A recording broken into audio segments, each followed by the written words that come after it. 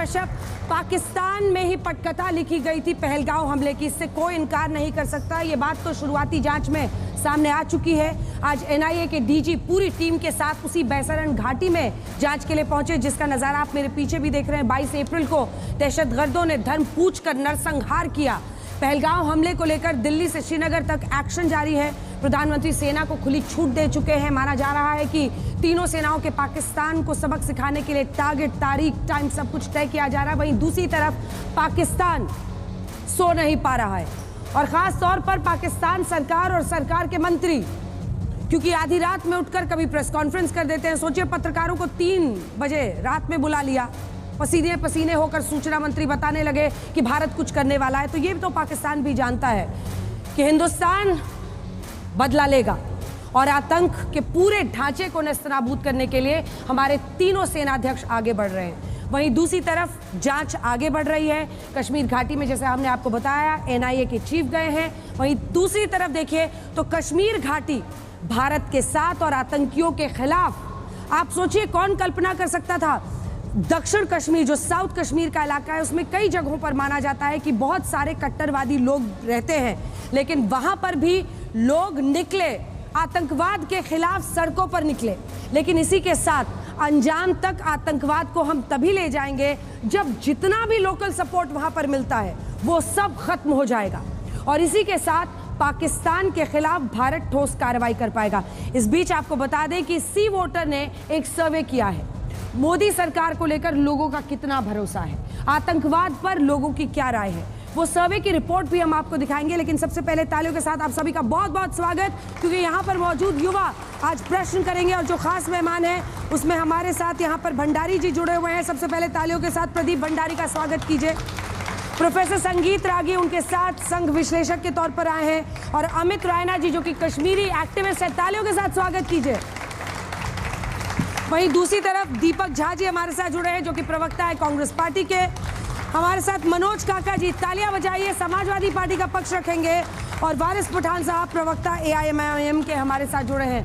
यशवंत देशमुख जी हमारे साथ जुड़े हुए हैं, जिन्होंने सी वोटर का ये सर्वे किया है।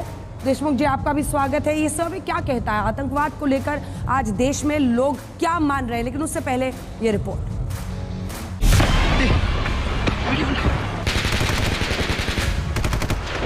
पहलगाम में हुए आतंकी हमले में ऐसा बहुत कुछ हुआ जो पहली बार हुआ। पहली बार आतंकियों ने धर्म पूछकर नरसंहार किया। पहली बार आतंकी हमले के बाद पूरा कश्मीर एकजुट होकर आतंकवाद के खिलाफ आवाज बुलंद कर रहा है।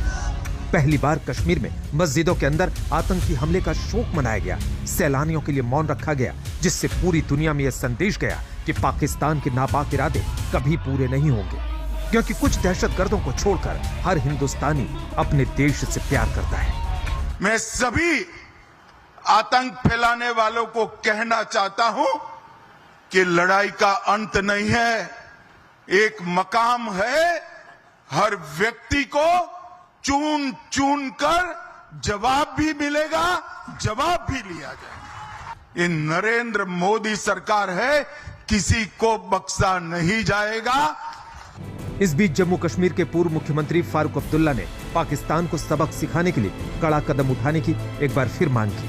पाकिस्तान फेल्ड स्टेट है, दोनों मुल्क लड़ाई के मैदान के लिए तैयारी कर रहे हैं। उन लोगों को पकड़ा जाए, इन्होंने किया है, और जो इनके चलाने वाले हैं उनको भी गिरफ्त में लिया जाए।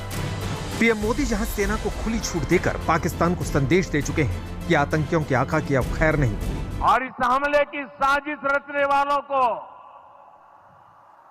उनकी कल्पना से भी बड़ी सजा मिलेगी। जब तक आतंकवाद समाप्त नहीं होगा, हमारी लड़ाई चालू रहेगी, और जिन लोगों ने एक कृत्य किया है उसका उचित दंड उनको निश्चित रूप से दिया जाएगा। इस बीच आज एनआईए के डीजी पहलगाम की बैसरन घाटी पहुंचे, जहां वो करीब 3 घंटे तक रुके। उन्होंने आतंकी हमले के बारे में जानकारी ली। आज पहलगाम हमले को लेकर बड़ा खुलासा हुआ। सूत्रों के मुताबिक आतंकियों ने हमले से 7 दिन पहले रेकी की थी। 15 अप्रैल को आतंकियों ने पहलगाम के 3 इलाकों की रेकी की थी। इनमें एम्यूजमेंट पार्क भी शामिल है। यहाँ सुरक्षा कड़ी होने की वजह से आतंकियों ने हमले को टाल दिया और बैसरन घाटी को चुना। सूत्रों के मुताबिक बैसरन घाटी में हमले के दौरान आतंकी अल्ट्रा स्टेट कम्युनिकेशन सिस्टम का इस्तेमाल कर रहे थे। इस सिस्टम के जरिए आतंकी बिना सिम के कम्युनिकेट और मैसेज कर सकते हैं।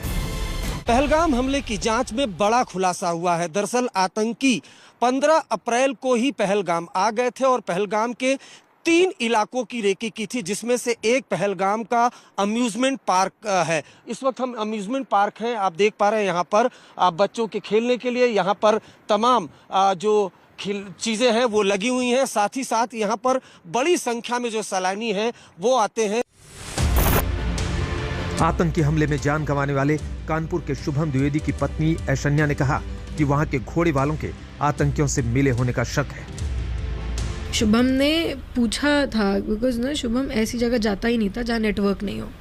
हम इसके पहले बाली गए हैं, हम मसूरी गए हैं, तो वो हर जगह पे ऐसी ही जगह जाता था जहाँ नेटवर्क होता था। तो शुभम ने उस बंदे से पूछा था कि भैया ऊपर नेटवर्क है? तो हाँ भैया फुल नेटवर्क है ऊपर। बोल देता नहीं है नेटवर्क तो शुभम जाता ही नहीं, वो नहीं जाता, हम नहीं जाते। तो उनको तो ले जाना था ना। इधर भारत ने पाकिस्तानी नागरिकों को राहत दी है। भारत छोड़कर जाने की समय सीमा बढ़ा दी गई है, लेकिन बड़ी तादाद में पाकिस्तानी नागरिक लौट नहीं पाए हैं। पहलगाम टेरर अटैक के बाद भारत ने एक आदेश जारी किया था कि जितने भी पाकिस्तानी यहाँ हैं वो वापस चले जाएं, उनके देश चले जाएं, और 30 तारीख दी गई थी। लेकिन अब वो डेडलाइन एक्सटेंड की गई है। एक ऑर्डर भी आया जिसमें कहा गया कि पाकिस्तानी जो यहाँ पर हैं वो एग्जिट कर सकते हैं थ्रू अटारी बॉर्डर। लेकिन आज स्थिति यहाँ पर है, चाहे वो ऑर्डर है, लेकिन सुबह से जो बॉर्डर गेट्स बंद हैं, कहा जा रहा है पाकिस्तान की तरफ से जो गेट्स नहीं खोले गए, और पाकिस्तानी नागरिक जो यहाँ पर अटारी बॉर्डर पे सुबह से पहुंचे हैं वो परेशान हो रहे हैं कि एक भी सिटीजन को यहाँ से अभी तक सुबह से अलाउ नहीं किया गया। अटारी बॉर्डर पर इन दिनों बेहद भावुक नजारा है। माँ हिंदुस्तानी, बच्चे पाकिस्तानी, कहीं बच्चे पाकिस्तान में, माँ हिंदुस्तान में।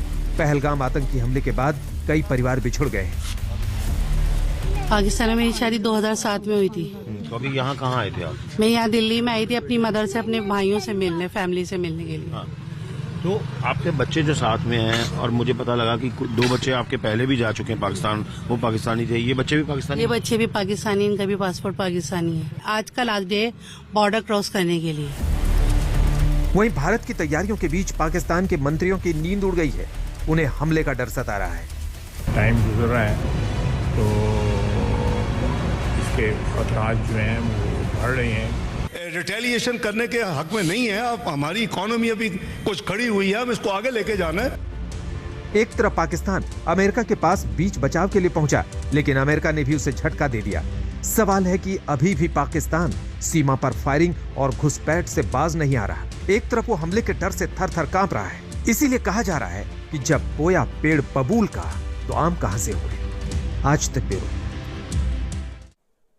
अब बड़ी खबर इस वक्त आ रही है, आपको बता दें गृह मंत्री अमित शाह दिल्ली में बोल रहे थे। उन्होंने कहा है कि हमारी सरकार की जो नीति है आतंकवाद के खिलाफ जीरो टॉलरेंस की, उस पर उन्होंने बड़ा बयान दिया है। हर आतंकी को चुन चुन कर मारेंगे, ये गृह मंत्री अमित शाह कह रहे हैं। दिल्ली में वो बोल रहे थे और वहीं पर उन्होंने आतंकवाद पर जोरदार अंदाज में जिन्होंने हमला किया वो बचेंगे नहीं, ये गृह मंत्री अमित शाह ने कहा है। और आतंकवाद को जड़ समेत उखाड़ देंगे।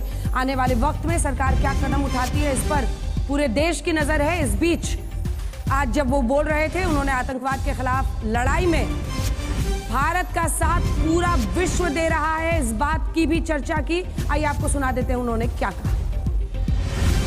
मैं सभी आतंक फैलाने वालों को कहना चाहता हूं कि लड़ाई का अंत नहीं है, एक मकाम है। हर व्यक्ति को चुन चुन कर जवाब भी मिलेगा, जवाब भी लिया जाएगा।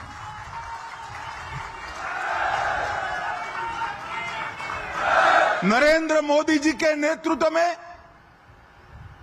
चाहे उत्तर पूर्व हो, चाहे वामपंथी उग्रवाद का क्षेत्र हो,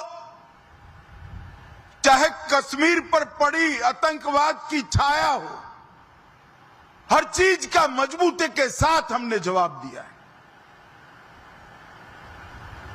और अगर कोई एक कायराना हमला कर कर ये समझता है कि हमारी बड़ी जीत है, तो एक बात मन से समझ लीजिए, ये नरेंद्र मोदी सरकार है, किसी को बख्शा नहीं जाएगा, किसी को बख्शा नहीं जाएगा। इस देश की इंच इंच भूमि पर से आतंकवाद को मूल समेत उखाड़ने का हमारा संकल्प है और वो सिद्ध होकर रहेगा। आइए बहस की शुरुआत करते हैं, लेकिन उससे पहले आपको कुछ डेटा दिखाते हैं। सी वोटर के सर्वे में सबसे पहले जो मेथोडोलॉजी है, 24 से 25 अप्रैल के बीच में ये सर्वे किया गया है। 1270 लोग इसमें शामिल किए गए हैं सैंपल साइज के तौर पर, और जो तरीका है वो टेलीफोनिक कॉन्वर्सेशन है। टेलीफोन करके उनसे उनकी राय पूछी गई। पूरे देश में ये किया गया है, देश भर में अलग अलग राज्यों में लोगों से पूछा गया है। अब आइए सबसे पहला सवाल जो इस सर्वे में पूछा गया था, पॉलिटिकल स्टॉक एक्सचेंज की शुरुआत करते हैं। और पीएससी में जो पहला सवाल सी वोटर सर्वे में पूछा गया, मोदी सरकार आतंकवाद पर लगाम लगाने में कितनी सफल रही है? काफी हद तक कहने वाले 41% लोग हैं सबसे ज्यादा, 27% कहने वाले हैं कुछ हद तक, यानी दोनों को मिला लीजिए तो 68%। वहीं असफल कहने वाले 28% लोग हैं, और कह नहीं सकते वाले बहुत कम है, 4% लोग हैं। लेकिन तो कुल मिलाकर अगर आप ऐड कीजिए तो सरकार को इस मामले में सफल या बहुत सफल मानने वाले 68% लोग हैं, 68%। वहीं 28% मानते हैं सरकार असफल रही है, और 4% कहते हैं कि इस पर हम कह नहीं सकते। जो अगला सवाल सी वोटर के सर्वे में पीएससी में कहा गया है, वो पूछा गया कि आतंकियों ने सैलानियों को क्यों निशाना बनाया। इस सवाल के जवाब में अर्थव्यवस्था, पर्यटन को नुकसान पहुंचाना 30% लोगों ने कहा। मोदी सरकार की कोशिशों को नुकसान पहुंचाना 35% ने कहा। देखिए, जाहिर तौर पर अनुच्छेद 370 हटने के बाद जो बदलाव कश्मीर में आए हैं उसको सेटबैक के लिए लोग वजह मानते हैं सबसे ज्यादा। वहीं सेना पुलिस पर हमले से बेहतर रणनीति, ये 13% लोग मानते हैं, और अन्य 13% है। वही कह नहीं सकते वाले भी 9% हैं। अन्य कहने वाले ऐसे थे कि मतलब कुछ और वजह हो सकती है इसके अलावा भी। तो कुल मिलाकर सबसे ज्यादा मोदी सरकार की जो कश्मीर में कोशिशें हैं उसको नुकसान पहुंचाने के लिए 35% मानते हैं, और पर्यटन को सीधा जो टूरिज्म वहां पर बढ़ा है, आपको पता है हाल के दशक में 6 गुना पर्यटन वहां पर बढ़ा है, कई गुना वहां पर इजाफा हुआ है लोगों की कमाई में, और इसीलिए आम कश्मीरी निकला है सड़कों पर ताकि पूरे भारत से जो लोग वहां जा रहे हैं वो जाते रहें। 30% लोगों ने माना कि हाँ, इसकी वजह से ये हुआ है। अगला सवाल जो हमने पॉलिटिकल स्टॉक एक्सचेंज में सी वोटर के सर्वे में पूछा, पहलगांव हमले की सबसे बड़ी वजह आपकी नजर में क्या है? कश्मीर को भारत से अलग करने का प्रयास मानते थे 31%। वहीं 18% कहते हैं अनुच्छेद 370 हटाने के विरोध में। पाक ने घरेलू मुद्दों से ध्यान भटकाया 17%। 7% है पीओ के वापस लेने की प्रतिक्रिया है, और 10% कह रहे हैं वक्फ कानून के विरोध में प्रतिक्रिया है। 6% कह रहे हैं विदेश में भारत की छवि खराब करने के लिए है। 6% अन्य कह नहीं सकते वाले 5। 4 सवाल और बचे हैं, जल्दी जल्दी से आपको बता देते हैं, जिसके बाद हम यहाँ पर प्रतिक्रिया लेना शुरू करेंगे, और युवा भी जो बैठे हैं सवाल पूछेंगे। मोदी सरकार को बदला, जो 5वें नंबर का है, देख लीजिए पलट के। मोदी सरकार को बदला लेना चाहिए, उरी या पुलवामा जैसा बदला 7%। अब ये देखिए, 75% लोगों ने कहा उरी या पुलवामा से भी बड़ी कार्रवाई भारत को करनी चाहिए। इस सर्वे में भारत का सेंटिमेंट दिख रहा है। इस सर्वे में लोगों का जो गुस्सा है, जो आक्रोश है पाकिस्तान के खिलाफ, वो साफ दिख रहा है। 11% कह रहे हैं कूटनीतिक रास्ता होना चाहिए, 3%, अन्य 4% कह नहीं सकते। जो अगला सवाल हमने इस सर्वे में पूछा, हमले का कश्मीर में पर्यटन पर कितना असर पड़ेगा? बुरा असर कहने वाले 58% लोग थे, 58%। वहीं 23% कह रहे थे थोड़ा असर पड़ेगा। तो असर मानने वाले आप देख लीजिए लगभग 80% से भी ऊपर हैं। वहीं 81%, वहीं 11% कह रहे हैं कोई असर नहीं होगा, और कह नहीं सकते वाले 8%।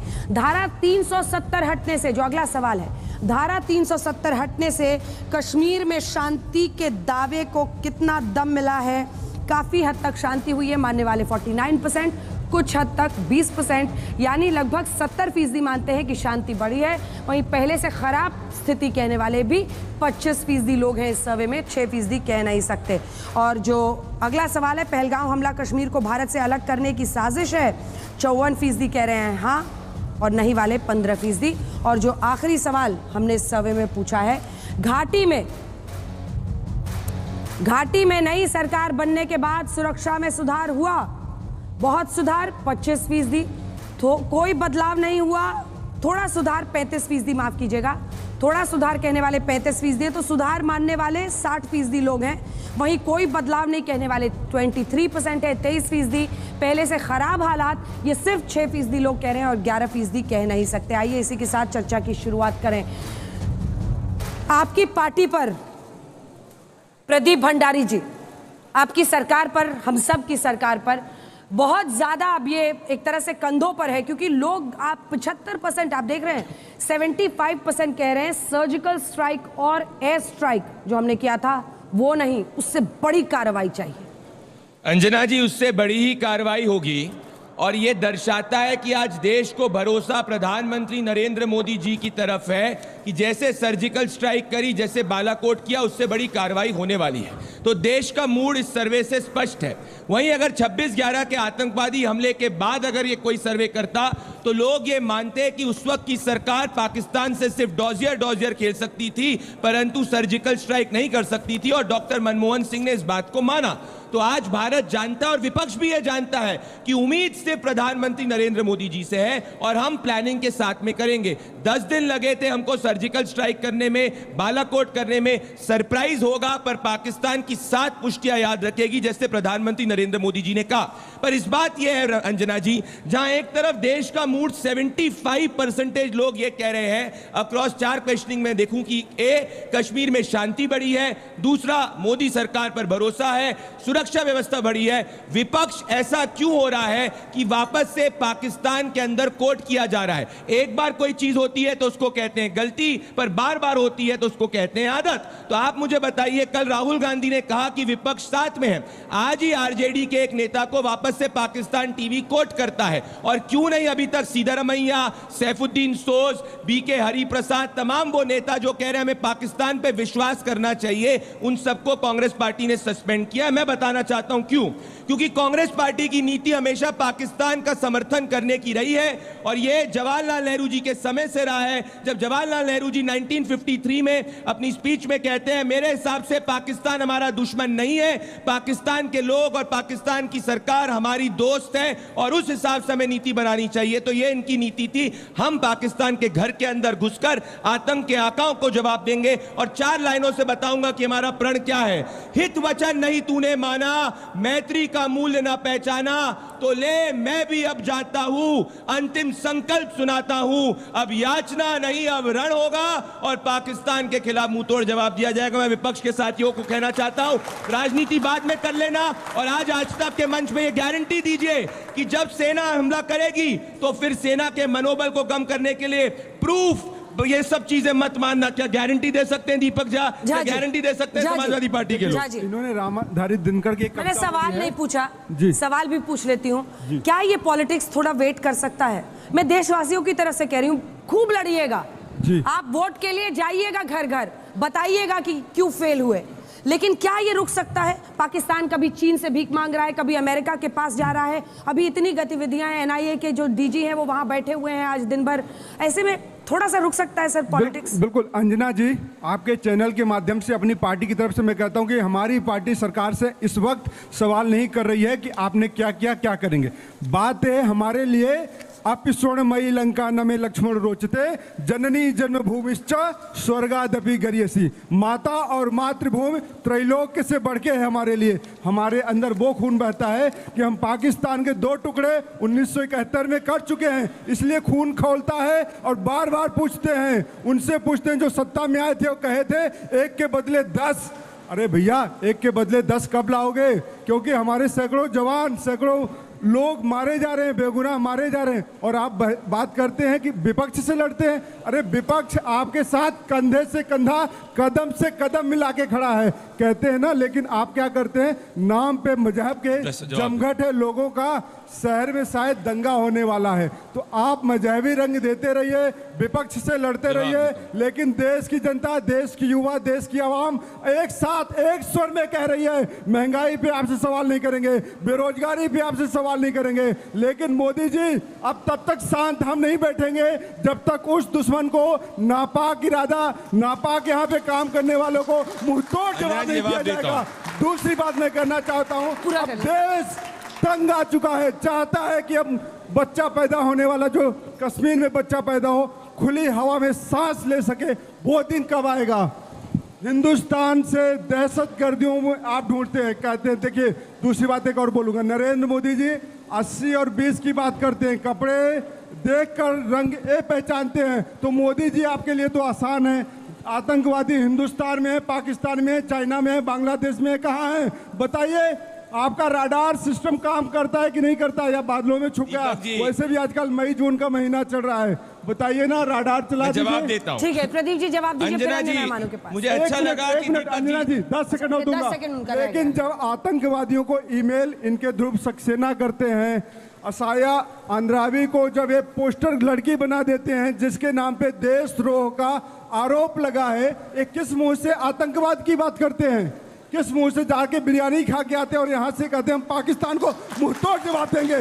दोगला चरित्र है भाजपा का, आग लगाने का काम करते हैं, देश को धर्म में बांटने का काम करते हैं, और तो आप जिस नाम पे गाली देते थे उस पे भी आ गए हैं वापस। 40 सेकंड तक जवाब तो दे दूं। उसी मुंह से करते हैं जिसमें घर के अंदर घुस के सर्जिकल स्ट्राइक करते हैं, उसी मुंह से बात करते हैं कि बालाकोट करते हैं। आपके जैसे नहीं डोजियर हिंदू आतंकवाद का है 26/11 को, और आपके जैसे नहीं कि कांग्रेस के पार्टी को पाकिस्तान के फॉरेन मिनिस्टर जो है वो कोट करते हैं। पर मैं कहना चाहता हूं, मुझे इनसे पीड़ा हुई।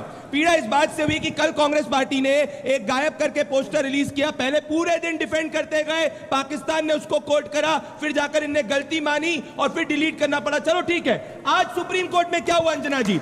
इनका नेता एनएसयूआई का फतेह कुमार साहू ये सुप्रीम कोर्ट के अंदर पिटीशन दाखिल करता है कि जुडिशियल प्रोब होनी चाहिए। एनएसयूआई कांग्रेस के नेता को सुप्रीम कोर्ट आज के दिन, जिस दिन दीपक झा बात करें, फटकार लगाती है कि सेना के मनोबल को कम मत करो। तो राहुल गांधी के कहने के बाद भी हर कांग्रेस का नेता सेना के मनोबल को कम क्यों कर रहा है? इनकी कथनी और करनी में फर्क है। अगर सच में इनकी नीयत साफ होती तो सीतारमैया को पार्टी से हटाते हैं, सस्पेंड करते, ये साहू के खिलाफ एक्शन लेते, बीके हरिप्रसाद के खिलाफ एक्शन लेते, विजय वर्टिकर के खिलाफ एक्शन लेते। पर ये पाकिस्तान की बी टीम है। अब लिख के रखिएगा, जब हम हमला करेंगे उसके कुछ ही दिन के बाद में इस पे राजनीति करेंगे। आज की डिबेट रिकॉर्ड कर लीजिएगा, इस सेना के एक्शन का को नहीं स्वीकारेंगे। छोटा सा जवाब, क्योंकि बाकी लोग इंतजार कर रहे हैं ना, 4 लोग मुंह देख रहे हैं आप दोनों का। बताइए, क्या आप लोग देशद्रोही हैं?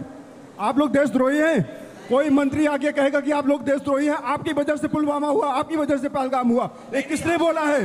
पीयूष गोयल ने बोला है। पीयूष गोयल ने बोला है। पीयूष गोयल देश के बैठे हुए मंत्री हैं। चुप रहिए, झूठ बोल रहे हैं, चुप रहिए, चुप रहिए, चुप रहिए। तो देश की जनता को देशद्रोही कहना, कांग्रेस मेरी दोस्त है, कांग्रेस कहना भाजपा का काम है। जब खुद लड़ नहीं पाते तो देश की जनता तो ये थोड़ी लड़ते हैं, क्या बोले जा रहे हैं आप? तो लड़ेंगे ना। अच्छा, एक के बदले 10, एक सवाल है प्रभु, एक सवाल है, एक के बदले 10 लेकर कौन आएगा? कौन आएगा?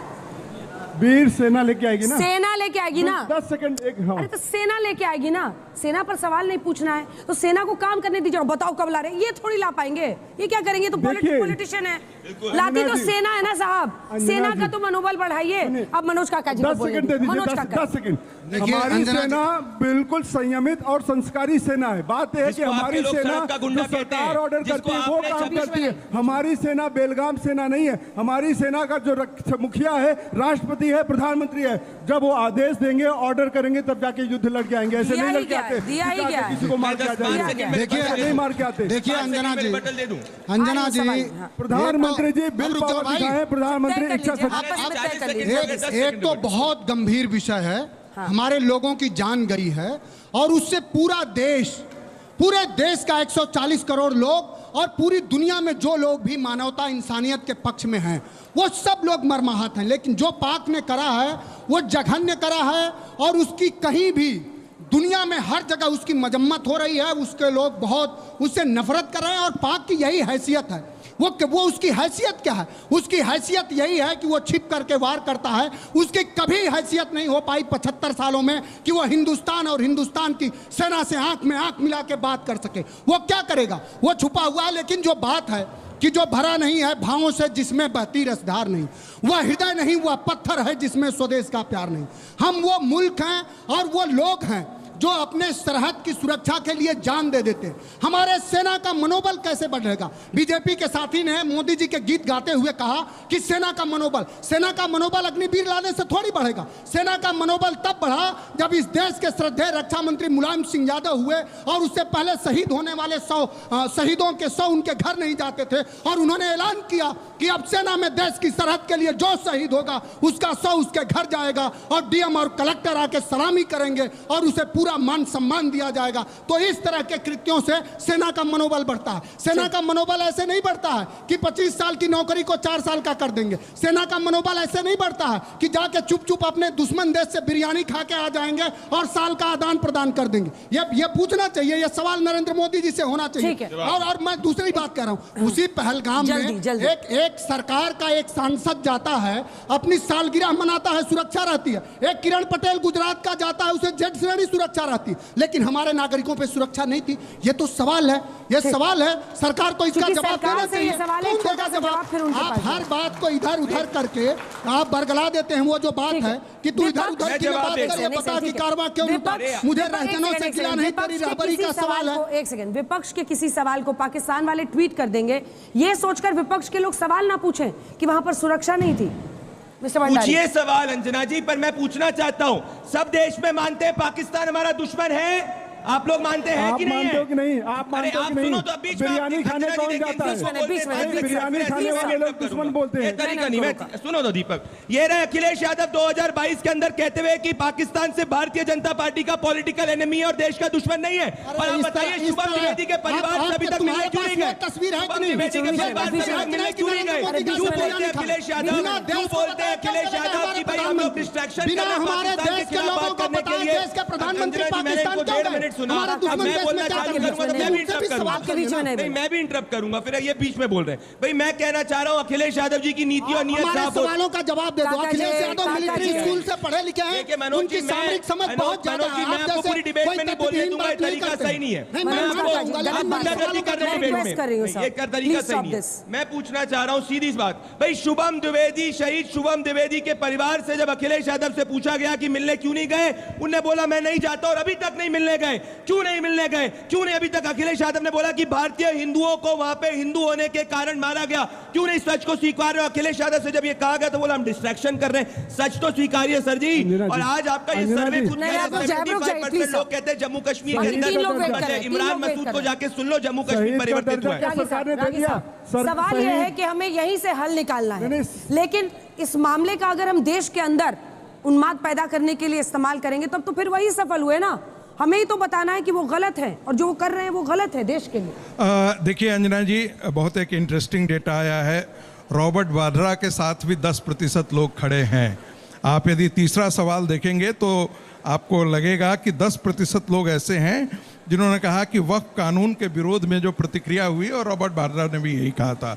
दूसरी बात, मेरे लिए मुर्शिदाबाद में जो हिंदुओं की हत्या हुई और जो पहलगांव में हत्या हुई, दोनों को मैं इस्लामिक आतंकवाद का पर्याय मानता हूं। भारत की सेनाएं पाकिस्तान में घुस करके तो मार देंगी। आप जितने भी डिफेंस के आप एक्सपर्ट से पूछिएगा, वो कहते हैं कि 2.5 फ्रंट वार के लिए हमेशा तैयार रहना चाहिए। एक फ्रंट कौन है? पाकिस्तान। दूसरा फ्रंट कौन है? चाइना। जो तीसरा फ्रंट है, जो अंदर में पाकिस्तान और बांग्लादेश पल रहा है 70 साल में, जो अंदर से देश को खोखला कर रहा है, जो मुर्शिदाबाद में हिंदुओं को मार करके भगा रहा है, जो संभल के अंदर कत्लेआम करके भगा रहा है, हम क्या कर रहे हैं कि इस देश में हम सिम्टम्स को ये कर रहे हैं। आप बंदूक की लड़ाई से, मैं फिर कह रहा हूं, बंदूक की लड़ाई से जिहाद की विचारधारा को खत्म नहीं कर पाएंगे। जब तक जिहाद की असली जड़ तक आप नहीं जाएंगे। यदि मदरसों में 11वीं सेंचुरी का हिदाया बुक पढ़ाया जाएगा दारुल इस्लाम और देवबंद में, तो आतंकवादी ही पैदा होंगे। और इस देश में ऐसे हजारों पॉकेट्स हमने खड़े कर दिए हैं। मुर्शिदाबाद तो आपको सिम्टम है साहब। 24 आप एक मिनी बांग्लादेश आपने अहमदाबाद में देखा, वो क्या आप लड़ाई के अंदर आपकी बहुत सारी सीआरपीएफ के जवानों को आपको वहां घेरना पड़ा, आप उनको ऑपरेशन क्लीन करना पड़ा। 24 परगना से सारे के सारे आधार कार्ड जो बांग्लादेशी मुसलमानों के लिए खड़े हुए हैं, उनकी क्या आप करेंगे? जो पूरे देश में आज के दिन में 5 करोड़ के आसपास आबादी फैल गई, जिनको हटाने की बात चली थी, तो भारत का मुसलमान आकर के सीएए का नारा लगाते हुए शाहीन बाग खड़ा कर दिया था। इस मानसिकता से लड़ने के लिए देश को, और एक अंतिम बात कर दूं, फिर कहेंगे कि आप इतिहास, 15 अगस्त 1948 को, यानी 1 साल बाद आजादी के, माउंटबेटन ने एक चिट्ठी लिखा पंडित नेहरू को कि मैं आज कल आयरलैंड जा रहा हूं एडविना के साथ, उसके बाद कनाडा जाऊंगा। हमने जो आपको सिक्योरिटी काउंसिल में ले जाने का सलाह दिया था, वो बड़ी भारी गलती की थी। और ये जानते हुए कि पाकिस्तानी कमांडरों ने लिख करके दिया है कि हम युद्ध हार जाएंगे, भारत से युद्ध नहीं लड़े। आपकी सेनाएं जीत रही थी, फिर भी हमने आपको युद्ध बंद करने के लिए दिया है। 15 अगस्त 1948 का लॉर्ड माउंटबेटन का चिट्ठी जो मैंने निकाल करके रखा है, ये नेहरू को लिखा। तो ये पाप तो एक ही 563 से ज्यादा देसी राज्यों का बिलियन सरदार पटेल ने क्या बोल रहे हैं, 563 राज्य आ गए, एक राज्य सिर्फ एक प्रोविंस, एक प्रिंसली स्टेट नेहरू के पास था। आज भी वो नासूर बना करके पंडित नेहरू छोड़ करके चले गए, और कांग्रेस आज भी उन्हीं के साथ खड़ी रहती है। ये इस देश का दुर्भाग्य है, देश का दुर्भाग्य है। अंजना जी, मैं चाहूंगा कि आप भी मुझे उतना मौका दीजिए जितना इन लोगों को बोलने का मौका दिया है। देखिए, जब सबसे पहले ऑल पार्टी मीटिंग हुई, तब सबने यूनानिमसली क्या कहा कि मोदी जी सरकार जो भी फैसला लेगी, हम सब आपके साथ में कांधे से कांधा मिला के खड़े रहेंगे, जो आप पाकिस्तान के खिलाफ फैसला लो। अब आपके सी वोटर सर्वे के अंदर भी क्या दिखा रहा है, मोदी सरकार को बदला लेना चाहिए। उरी या पुलवामा से भी बड़ी कार्रवाई, 75% लोगों ने कहा हाँ बदला लेना चाहिए, उससे भी भारी कार्रवाई। तो किस चीज ने रोका है मोदी जी को? अरे घुस जाइए, खदेड़ डालिए ना पूरी तरह से पाकिस्तान को, आतंकवादी को, उनके सरगना को। क्यों रुके आप? और हम तो ये चाहेंगे कि आप घुस जाइए घर के अंदर, और घुस के निकलना नहीं है, अब उस घर के ऊपर कब्जा करके बैठना है, क्योंकि वो अपनी जगह है। अब वहां से लड़के निकलना नहीं है, घुसिए। मगर यहाँ क्या हो रहा है, आपस के अंदर मुसलमानों को गाली, कश्मीरियों को गाली, आपस में लड़ने के अंदर पूरा देश, जब 140 करोड़ की आबादी एक तरफ खड़ी हुई है, तो आपस में क्यों लड़ना? आज ही के दिन जो शहीद लेफ्टिनेंट नरवल थे, उनकी बीवी ने मीडिया से बात करते हुए कहा कि आप मुसलमानों और कश्मीरियों के पीछे जाना छोड़ दो, उनका पीछा छोड़ो, और हाँ न्याय हमको चाहिए। इतना बड़ा तमाचा मारा है आपके मुंह के ऊपर, आपको नहीं समझ आता। मगर आप क्या कर रहे हैं? आपके मंत्री आए दिन बीजेपी वाले जा रहे, तुमको कलमा पढ़ने को बोला, तुम्हारा धर्म पूछ के गोली मारा। अरे भाई, जिसने धर्म पूछ के गोली मारा वो इंसान नहीं, दरिंदा है, कुत्ता, उसको मारना ही है। खत्म कर दो। ओवैसी साहब बोल रहे हैं, बिल्कुल सही बात है, मैं बोल रहा हूँ, बिल्कुल सही बात है। ओवैसी साहब ने कहा है, उन्होंने 3 बार कहा, बिल्कुल कहा उन्होंने, आप कलमा पढ़वा रहे थे वहां लोगों से, जो नहीं पढ़ रहे थे उनको मारा। वही तो बोल रहा हूं मैं, धर्म पूछ कर मार रहे थे। अरे मैं वही बोल रहा हूं जना जी, मैं वही बोल रहा हूं कि जब उन्होंने कलमा पढ़ा के उनको मारा, जब पैंट उतार के मारा, उनको धर्म पूछ के मारा, वो दरिंदे गए, गलत है। उनको आतंकवादियों को कड़ी से कड़ी सजा मिलना ही चाहिए। मगर उनकी भाषा वाले क्यों बोल रहे हैं? क्यों उनके मकसद में आप कामयाब कर रहे हैं? आपके भाजपा के लोग जाते हैं, बोलते हैं मुसलमानों की दुकान में जाएंगे, बोलेंगे चाहे हनुमान 40 पढ़ के दिखा, नहीं पढ़ के दिखाया उसको मारेंगे। कोलकाता के अंदर एक हिंदू डॉक्टर, शुरू हो गया मुस्लिम हिंदू मुसलमान शुरू कर रहे हैं। कहा गया, सुनिए मैं आपके बीच में नहीं बोला, ऑल पार्टी मीटिंग में अमित शाह ने माना कि हमारी कोई गलती, कोई चूक हो चुकी है। अच्छा, चूक हुई, उसके खिलाफ लोगों ने आवाज उठाई। डेमोक्रेसी में आपने 3 महिलाओं के ऊपर एफआईआर दर्ज करवा दिया। क्यों दर्ज करवाया एफआईआर पे? क्या डेमोक्रेसी में सरकार को सवाल करने का अधिकार नहीं है? हम तो सवाल करेंगे। अरे अटैक करिए, गाजा में 140 करोड़ की आबादी आपके साथ खड़ी हुई है, पूरी दुनिया का मुसलमान सड़क पर आकर के उतर जाता है। पूरी दुनिया का मुसलमान गाजा की घटना के लिए सड़क पर उतरता है। आपने किसी भी इस्लामिक कंट्री में इसके खिलाफ आपने प्रदर्शन होते हुए देखा है? नहीं देखेंगे, न देखा हुआ। दूसरी बात, कश्मीर में हुआ है। दूसरी बात, 10 सेकंड के खिलाफ बोलते हैं, बोल के दिखाओ ना। पाकिस्तान मुर्दाबाद बोलो सर, 10 पाकिस्तान मुर्दाबाद बोलता हूँ, मैं हिंदुस्तान जिंदाबाद बोलता हूँ। अभी बताता हूँ, टाइम मत खाओ मेरा। दिखाने जाते हो, आप साड़ी लेकर चले जाते हो, आप शादियों में जाते हो, आप जिन्ना की कबर पे जाते हो। 10 सेकंड कबर ठहर दीजिए। Indian Muslim 10 second cover Punjab के चौबे। अगर जरूरत पड़ गई, अगर जरूरत पड़ गई तो बॉर्डर पे भारत के जवान के साथ कांधे से कांधा मिलाकर खड़े रहेगा वारिस पठान और पाकिस्तान को नस्तनाबूद करेगा। हम तो 1947 से शहादत देते आए। इस देश में पड़ोसी की तमन्ना आतंकवाद है, जोर कितना बाजू है। मेरा सवाल सरकार से भी और विपक्ष से भी है कि जो अभी अटैक हुआ है, क्या उसी का वेट हो रहा था जो इलीगल इमिग्रेंट्स आए हैं उनको बाहर निकालने के लिए, उन्हें उनकी जांच करने के लिए? क्या हम अटैक का ही वेट कर रहे थे? पहले सरकार या विपक्ष में जो भी स्टेट गवर्नमेंट है वो बात समझ गए। 3 लाइन का जवाब जल्दी जल्दी, क्योंकि मुझे बहुत सारे सवाल। हम इन प्रिंसिपल एनआरसी के पक्ष में हैं और एनआरसी ही इसका सल्यूशन है। विपक्ष के लोग एनआरसी पे हिंदू मुसलमान करते हैं, इसका सल्यूशन एनआरसी का है। हर दिन सरकार इलीगल इमिग्रेंट्स को हटा रही है। इस आतंकवादी हमले का मुंहतोड़ जवाब देंगे। मेरा सवाल वारिस इस्लाम जी से है। इन्होंने वारिस पठान जी से है कि उन्होंने कहा कि हम जाके खुद लड़के आएंगे और बदला लेके आएंगे। क्या इनको देश के आर्मी पे विश्वास नहीं है? इनको भारतीय सेना पर विश्वास नहीं है? मैम, मेरा सवाल ये है कि जितने भी यहाँ पर लोग मौजूद हैं, जो पाकिस्तान चाह रहा था कि हम इस तरह के घटना कराएं कश्मीर में जिससे हिंदू मुस्लिम हो जाए, और जिस प्रकार से यहाँ पर बहस हो रही है, चाहे वो सत्ता पक्ष की हो चाहे विपक्ष की हो, सभी लोग आकर के अल्टीमेटली वही कर रहे हैं जो पाकिस्तान चाहता है। इस पर मैं बस इतना ही कहूँगा कि जितने भी विपक्ष के लोग हैं उनको असदुद्दीन ओवैसी जी से सीखना चाहिए कि आपके आंतरिक मतभेद हो सकते हैं, आपके मत मिल नहीं सकते हैं, लेकिन जो मन भेद है वो नहीं होना चाहिए। और जब भी देश की बात आती है तो आपको एक साथ खड़े होना चाहिए। जवाब अरे जवाब आप कहो। मेरा प्रश्न सत्ता पक्ष से है कि हम आतंकवादियों से बदला कब तक खेलेंगे? आतंकवाद पर अंतिम प्रहार कब होगा? मेरा सवाल आप सबसे है कि भारत सरकार ने हमले के बाद क्या कदम उठाए, क्योंकि जब से हम लोग आए आधे लोग कह रहे हैं मुसलमानों ने किया है और आधे लोग कह रहे हैं मुसलमानों ने नहीं किया। कोई ये नहीं बोल रहा क्या फैसला हुआ है, क्या नहीं हुआ। देख अंजना जी, जवाब तो सुनिए।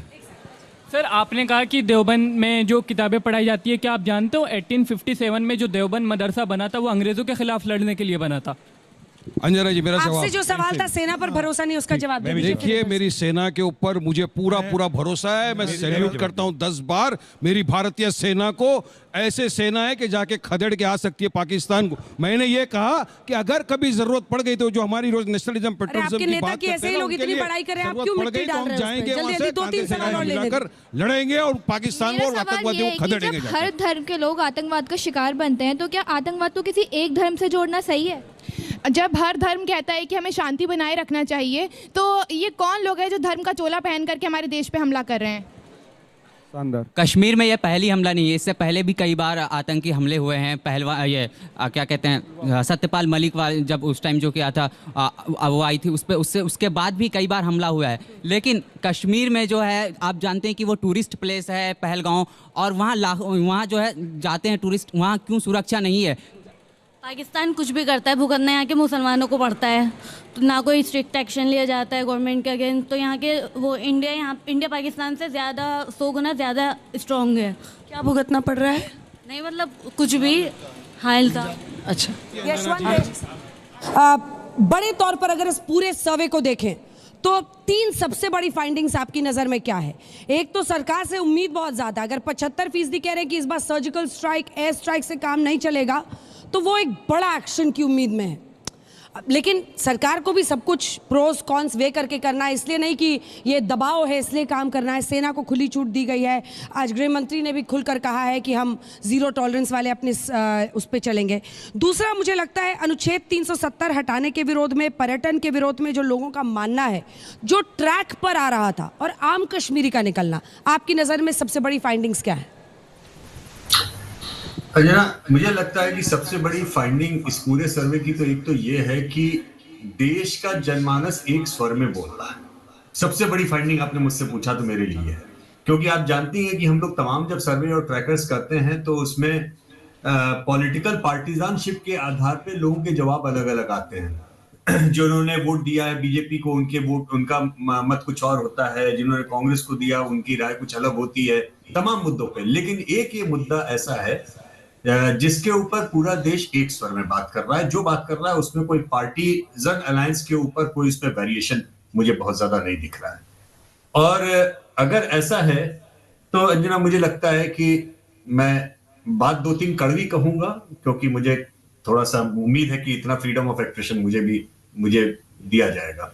मुझे डिबेट सुन के असल में दुख हुआ। मुझे लगता नहीं कि आज की जो डिबेट चल रही है वो देश के जनमानस से मैच कर रही है। जो आपके स्टूडियो में सारे युवा बैठे हैं, उनसे आप हाथ उठवा के पूछ लीजिए कि इस डिबेट से वो सहमत है, इस डिबेट के बाद में उनका सर गर्व से ऊपर उठ रहा है या इस क्राइसिस के समय में उनको शर्मिंदगी महसूस हो रही है।